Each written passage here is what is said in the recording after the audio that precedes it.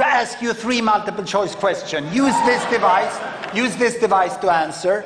The first question is, how did the number of deaths per year from natural disaster, how does that change during the last century? Did it more than double? Did it remain about the same in the world as a whole, or did it decrease to less than a half? Please answer, A, B, or C. I see lots of answers. This is much faster than I do it at universities. They are so slow, they keep thinking. Oh, very, very good. And we go to the next question. So how long did women 30 years old in the world go to school? 7 years, 5 years, or 3 years? A, B, or C? Please answer.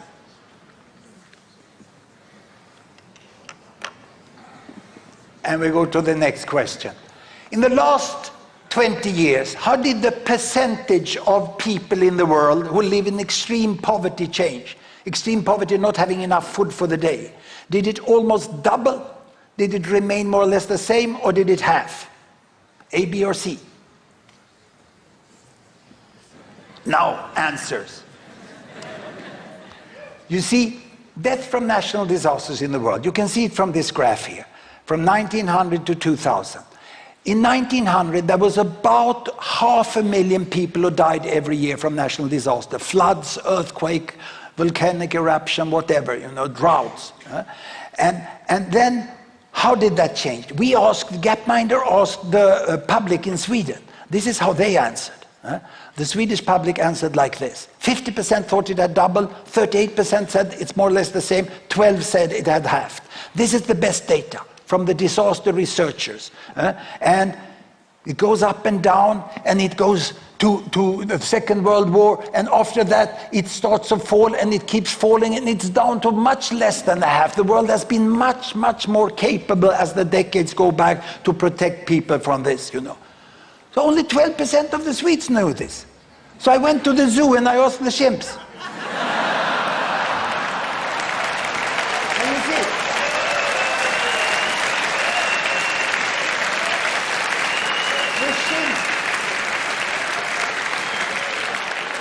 The chimps doesn't watch the evening news.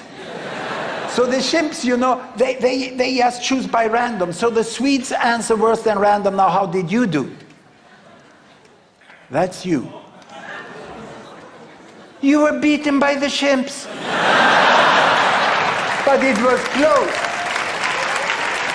You were 3 times better than the Swedes, But that's not enough. You shouldn't compare yourself to Swedes, You must have higher ambitions in the world. Let's look at the next answer here. Women in school. Here you can see men went 8 years. How long did women go to school? Well, we asked the Swedes like this. And that gives you a hint, doesn't it? The right answer is probably the one where fewest Swedes pick, isn't it? Let's see. Here we come. Yes. Women have almost catched up. This is the US public. And this is you.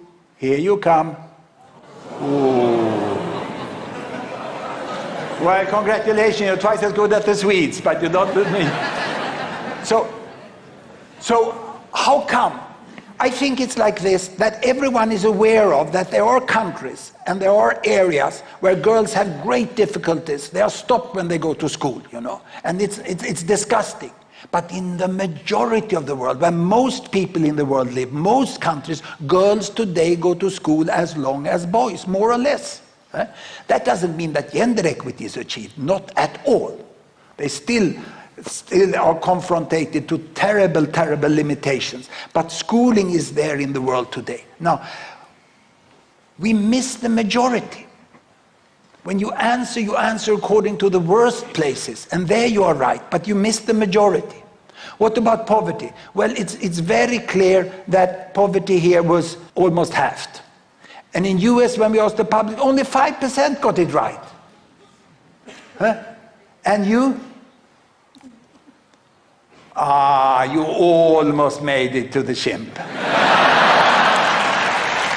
That little, just a few of you, There must be preconceived ideas, And many in the rich countries, they think that, oh, we can never end extreme poverty. Of course they think so, because they don't even know what has happened. The first thing to think about the future is to know about the present. These questions were a few of the first one in the pilot phase of the Ignorance Project in Gapminder Foundation that we run. And it was started, this project, last year by my boss and also my son, Ola Rosling. He's co-founder and director. And Ola told me we have to be more systematic when we fight devastating ignorance. So already the pilots revealed this, that so many in the public score worse than random. So we had to think about preconceived ideas. And one of the main preconceived ideas is about world income distribution. Look here, this is how it was 1975. It's the number of people on each income. From $1 a day.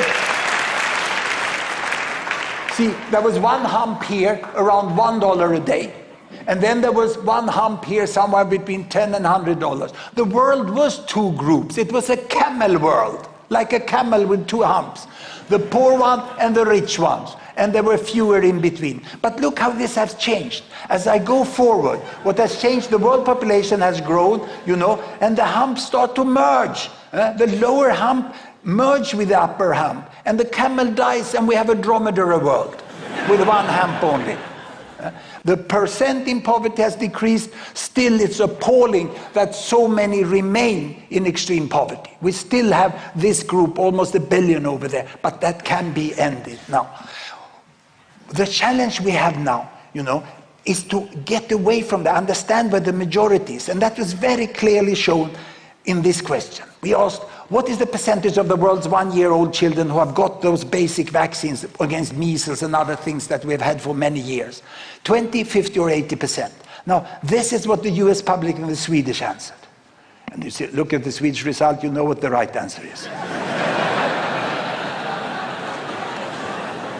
Who the heck is professor of global health in that country? Well, it's me. It's me. You see? It's very difficult, this. It's very difficult.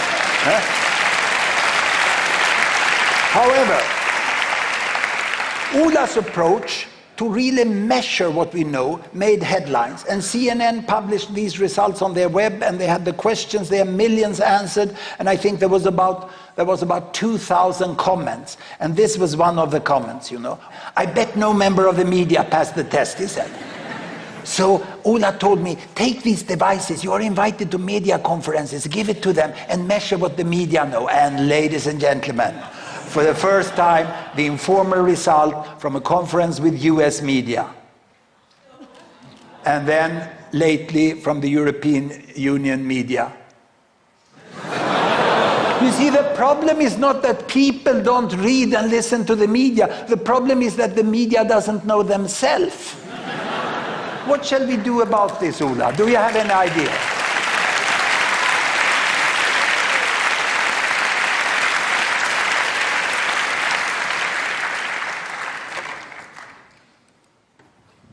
Yes, I have an idea, but first, I'm so sorry that you were beaten by the chimps. Fortunately, I will be able to comfort you by showing why it was not your fault, actually. Then I will equip you with some tricks for beating the chimps in the future. That's basically what I will do. But first, let's look at why are we so ignorant. And it all starts in this place. It's Hudiksvall. It's a city in northern Sweden. It's a neighborhood where I grew up. And it's a neighborhood with a large problem. Actually, it has exactly the same problem which existed in all the neighborhoods where you grew up as well. It was not representative, okay? It gave me a very biased view of how life is on this planet. So this is the first piece of the ignorance puzzle. We have a personal bias. We have all different experiences from communities and people we meet. And on top of this, we start school and we add the next problem. Well, I like schools, but teachers tend to teach outdated worldview because they learned something when they went to school and now they describe this word to the students without any bad intentions. And those books, of course, that are printed are outdated in a world that changes. And there is really no practice to keep the teaching material up to date. So that's what we're focusing on. So we have these outdated facts added on top of our personal bias. What happens next is news, okay? An excellent journalist knows how to pick the story that will make headlines, and people will read it because it's sensational. It's unusual events are more interesting, don't? And they are exaggerated, and especially things we're afraid of would get, I mean, a shark attack on a Swedish person would get headlines for weeks in Sweden, you know? Okay, so these three skewed sources of information was really hard to get away from, wasn't it? You know, they kind of bombardize us and equip our mind with a lot of strange ideas, and on top of it we put the very thing that makes us humans, our human intuition, okay? It was good in evolution. It helped us generalize and jump to conclusions very, very fast. It helped us exaggerate what we're afraid of. And we see causality where there is none. And we then get an illusion of confidence, where we believe that we are the best car drivers above the average. Everybody answered that question. Yeah, I drive cars better. Okay, this was good evolutionary, but now when it comes to the worldview, it is the exact reason why it's upside down. The trends that are increasing are instead falling, and the other way around. And in this case, the chimps use our intuition against us, and it becomes our weakness instead of our strength. It was supposed to be our strength, wasn't it? So how do we solve such problem? First, we need to measure it, and then we need to cure it. So by measuring it, we can understand what is the pattern of ignorance. We started the pilot last year, and now we're pretty sure that we will encounter a lot of ignorance across the whole world. And the idea is really to scale it up to all domains or dimensions of global development, such as climate, endangered species, human rights, gender equality, energy, finance. All different sectors have facts, and there are organizations trying to spread awareness about these facts. So I've started actually contacting some of them, like WWF and Amnesty International and UNICEF, and asking them, what are your favorite facts which you think the public don't know? Okay, I gather those facts. Imagine a long list with, say, 250 facts. And then we poll the public and see where they score worst. Okay, so we get a shorter list with the terrible results, like some few examples, Hans, and we had no problems finding these kind of terrible results. Okay, this little short list, what are we going to do with it? Well, we turn it into a knowledge certificate, a global knowledge certificate, which you can use if you're a large organization, a school, a university, or maybe a news agency, to certify yourself as globally knowledgeable, okay? Basically meaning we don't hire people who score like chimpanzees, you know? Of course you shouldn't. So maybe 10 years from now, if this project succeeds, you will be sitting at an interview having to fill out this crazy global knowledge. So now we come to the practical tricks. How are you going to succeed, okay? There is, of course, one way, which is to sit down late nights and learn all the facts by heart by reading all these reports. That will never happen, actually. Not even Hans thinks that's going to happen. People don't have that time. People like shortcuts. And here are the shortcuts. We need to turn our intuition into strength again. We need to be able to generalize. So now I'm going to show you some tricks where the misconceptions are turned around into rules of thumb.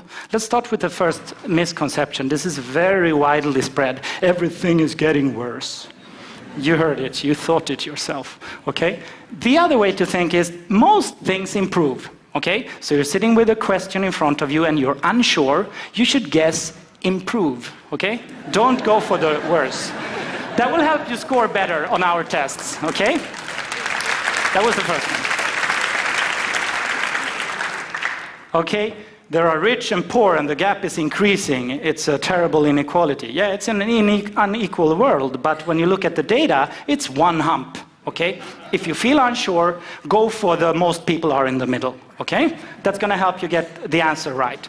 Now, the next preconceived idea is first, countries and people need to be very, very rich to get the social development like girls in school and be ready for natural disasters. No, no, no, that's wrong. Look, that huge hump in the middle already have girls in school. So if you are unsure, go for the majority already have this, like electricity and girls in school, these kind of things. It's only rules of thumb. So of course they don't apply to everything, but this is how you can generalize. Let's look at the last one. Yes, this is a good one. Sharks are dangerous, okay. No, yes, but... But they are not so important in the global statistics. That's what I'm saying. I'm very afraid of sharks. So as soon as I see a question about things I'm afraid of, which might be earthquakes, other religions, maybe I'm afraid of terrorists or sharks, anything that make me feel, assume you're going to exaggerate the problem. Okay? That's a rule of thumb. Of course, there are dangerous things that are also great. Sharks kill very, very few. That's how you should think. With these 4 rules of thumb, you could probably answer better than the chimps, because the chimp cannot do this. They cannot generalize these kind of rules, okay? And hopefully we can turn your world around and we're gonna beat the chimps, okay?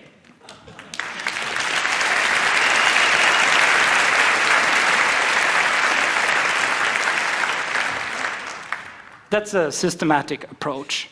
Now the question, is this important? Okay, yeah, it's important to understand poverty, extreme poverty, and how to fight it, and how to bring girls in school. When we realize actually it's succeeding, we can understand it. But is it important for everyone else who cares about the rich end of this scale?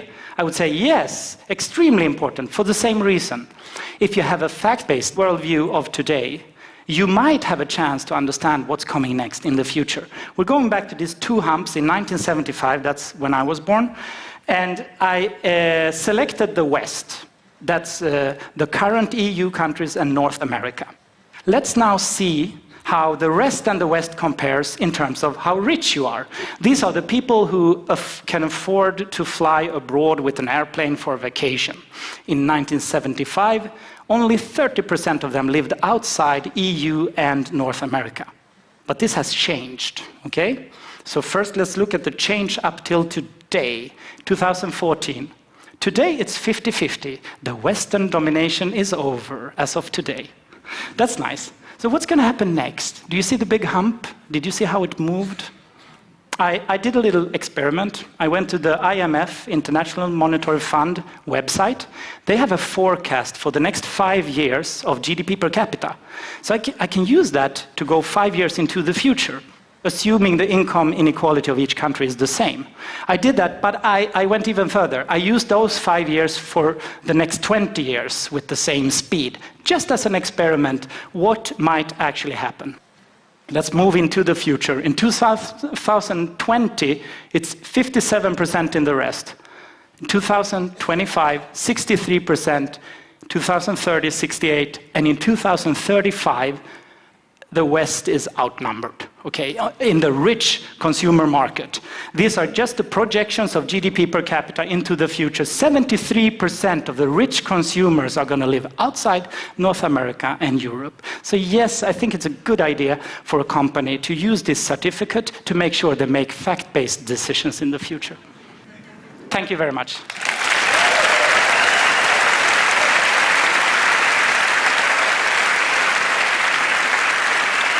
Hans and Ola Rosling. Thank you.